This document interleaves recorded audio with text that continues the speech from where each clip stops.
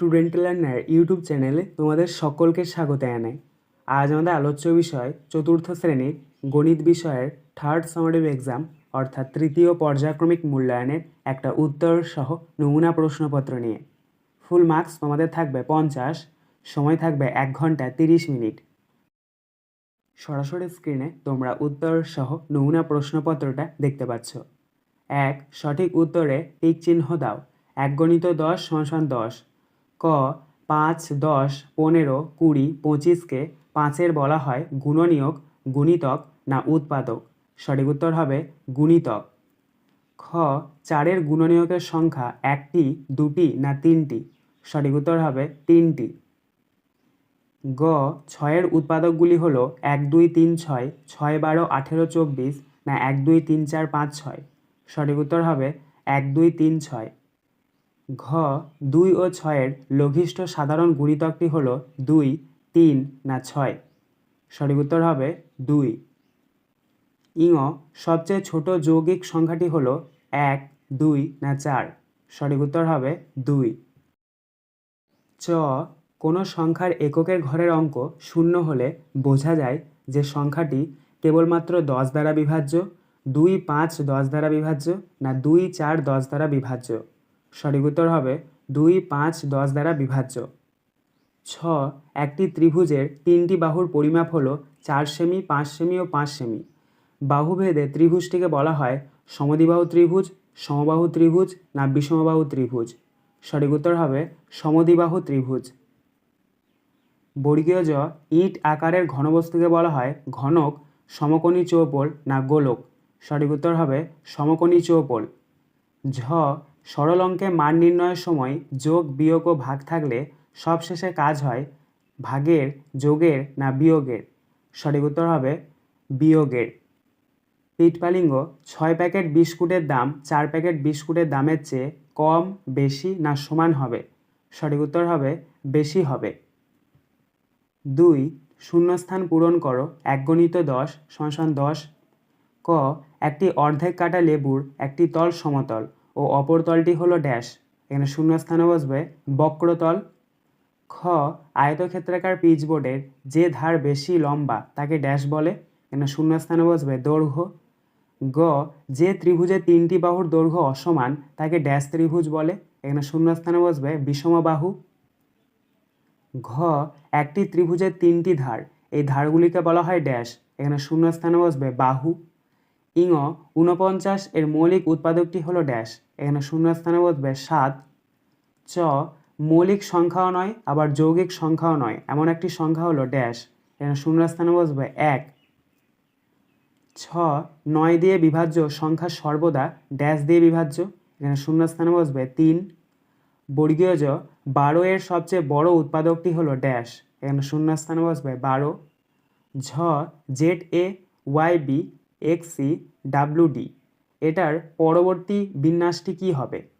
তো দেখো, প্রথমে জেড অর্থাৎ ABCDর একদম সব শেষেরটা, তারপরে এ প্রথমেরটা, তারপরটা দেখো জেডের ওয়াই রয়েছে, তারপরে বি, তারপরে এক্স, তারপরে সি, তারপরে ডাব্লিউ, তারপরে ডি। তাহলে তারপরেরটা নিশ্চয়ই ভি আর ই হবে, ডি এর পরে ই আর ডাব্লিউর আগে ভি। তাই সঠিক উত্তর হবে VE। পিটপালিঙ্গ 1, 2, 4, 8, 16 বিন্যাসটির পরবর্তী হবে ড্যাশ। দেখো, প্রথমে 1-এর ডবল 2 হয়েছে, তারপরে 2-এর ডবল 4, 4-এর ডবল 8 হয়েছে, 8-এর ডবল 16, তারপরে নিশ্চয়ই 16-র ডবল হবে। 16-র ডবল কত হয়? 32। তাই সঠিক উত্তর হবে 32। 3 নির্দেশ অনুসারে উত্তর দাও। 3 × 6 = 18। ক 6 ও 9-এর গুণিতক নির্ণয় করো। এই গুণিতকগুলির মধ্যে দুটি সাধারণ গুণিতক খুঁজে লেখো। উত্তর 6-এর গুণিতক 6, 12, 18, 24, 30, 36, 42, 48, 54, 60।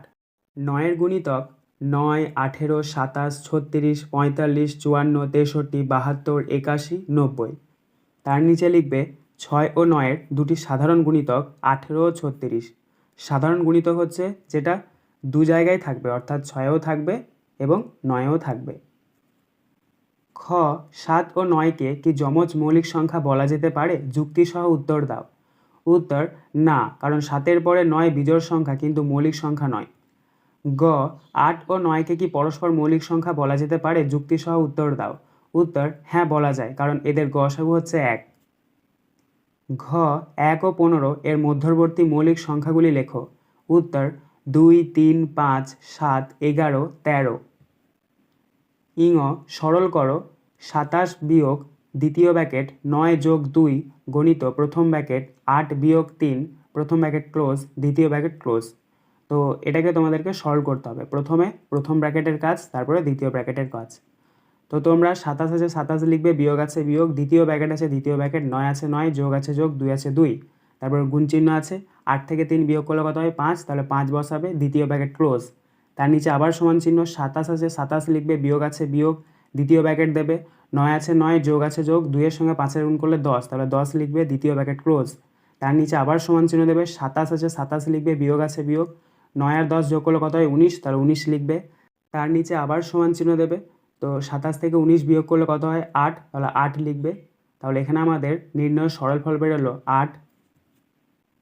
চ সরল করো দ্বিতীয় ব্র্যাকেট 36 বিয়োগ প্রথম ব্র্যাকেট 15 বিয়োগ 8 প্রথম ব্র্যাকেট ক্লোজ দ্বিতীয় ব্র্যাকেট ক্লোজ গণিত 7। তো প্রথমে আমরা প্রথম ব্র্যাকেটের কাজ করব, তারপরে দ্বিতীয় ব্র্যাকেট। তো প্রথমে লিখবে দ্বিতীয় ব্র্যাকেট 36 আছে 36, বিয়োগ আছে বিয়োগ, 15 থেকে 8 বিয়োগ করলে 7, দ্বিতীয় ব্র্যাকেট ক্লোজ, গুণ আছে গুণ, 7 আছে 7। তার নিচে আবার সমান চিহ্ন দেবে। এবার 36 থেকে 7 বিয়োগ করে নেবে। 36 থেকে যদি আমরা 7 বিয়োগ করি তাহলে পাবো 29, তাহলে 29 লিখবে, গুণ আছে গুণ, 7 আছে 7। তার নিচে আবার সমান চিহ্ন দেবে। এবার 29কে 7 দিয়ে গুণ করে নেবে। 29কে যদি আমরা 7 দিয়ে গুণ করি তাহলে পাবো 203, তাহলে লিখবে 203। এখানে আমাদের সরল ফলটা বেরোলো 203।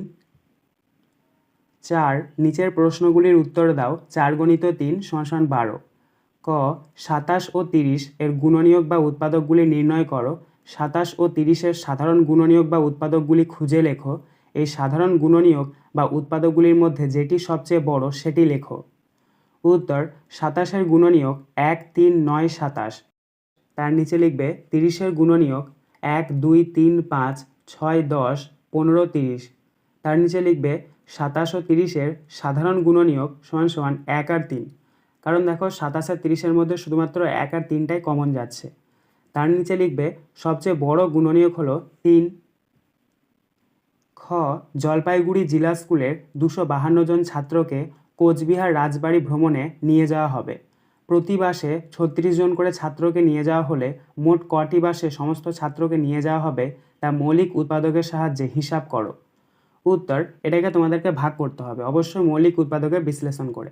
তো প্রথমে তোমরা লিখবে 252 ভাগ 36, তার নিচে লিখবে 36টাকে ভেঙে নেবে, 2 গণিত 2 গণিত 3 গণিত 3। তার নিচে লিখবে 252 ভাগ 2 ভাগ 2 ভাগ 3 ভাগ 3। তো প্রথমে তোমরা 252কে 2 দিয়ে ভাগ করবে, সমান চিহ্ন দিয়ে লিখবে। 252কে যদি আমরা 2 দিয়ে ভাগ করি তাহলে পাবো 126, তাহলে 126, তারপরে ভাগ 2 আছে 2, ভাগ আছে ভাগ, 3 ভাগ 3। তারপর আবার সমান চিহ্ন দেবে। এবার 126কে 2 দিয়ে ভাগ করবে। 126কে যদি আমরা 2 দিয়ে ভাগ করি তাহলে পাবো 63, তাহলে 63 লিখবে, ভাগ আছে ভাগ, 3 আছে 3, আবার ভাগ 3। তারপর আবার সমান চিহ্ন দেবে। এবার 63কে 3 দিয়ে ভাগ করবে। 63কে যদি আমরা 3 দিয়ে ভাগ করি তাহলে পাবো 21, তাহলে 21 লিখবে, ভাগ আছে ভাগ, 3 আছে 3। এবার 21কে 3 দিয়ে ভাগ করবে। 21কে যদি আমরা 3 দিয়ে ভাগ করি তাহলে পাবো 7, তাহলে সমান চিহ্ন দিয়ে লিখবে 7। অতএব যদি আমরা উত্তরটা লিখে নেব, মোট 7টি বাসে সমস্ত ছাত্রকে নিয়ে যাওয়া হবে। গ মিনু মাসি 3 সপ্তাহে মোট 420টি কাগজের ঠোঙা তৈরি করেন। তিনি প্রতিদিন সমান সংখ্যক ঠোঙা তৈরি করলে একদিনে কতগুলি ঠোঙা তৈরি করবেন তা গণিতের ভাষায় প্রকাশ করে সম্পর্ক লিখে সমাধান করে দেখাও। উত্তর, দেখো এখানে যেহেতু 3 সপ্তাহ বলেছে, 3 সপ্তাহ মানে আমরা জানি 21 দিন, কারণ 1 সপ্তাহ মানে 7 দিন আর 3 সপ্তাহ মানে হচ্ছে 21 দিন। প্রথমে আমরা লিখব গণিতের ভাষায় সমস্যাটি হলো, বাঁ দিকের ওপরে লিখব সময় ব্যাকেটে দিন, ডান দিকের ওপরে লিখব কাগজের ঠোঙা ব্যাকেটে টি। এবার নিচে একটা করে দাগ দেবো। তো প্রথমে দিনের নিচে লিখব 2 × 10 = 21, কাগজের ঠোঙার নিচে লিখব 420, আবার দিনের নিচে লিখব 1, কাগজের ঠোঙার নিচে লিখব জিজ্ঞাসা চিহ্ন। তারপর আমরা নিচে লিখব দিন সংখ্যা কমলে কাগজের ঠোঙার সংখ্যা কমবে। তার নিচে লিখব 21 দিনে ঠোঙা তৈরি করে 420টি। তার নিচে লিখব একদিনে ঠোঙা তৈরি করে 420/21টি। তাহলে এখানে আমাদের 420কে 21 দিয়ে ভাগ করতে হবে। তো 420কে যদি আমরা 21 দিয়ে ভাগ করি তাহলে পাবো 20, তাই সঠিক উত্তর হবে 20। অতএব আমরা উত্তরটা লিখে নেব, একদিনে 20টি ঠোঙা তৈরি করবেন। আজকের আলোচনা পর্বটি এখানেই শেষ হলো।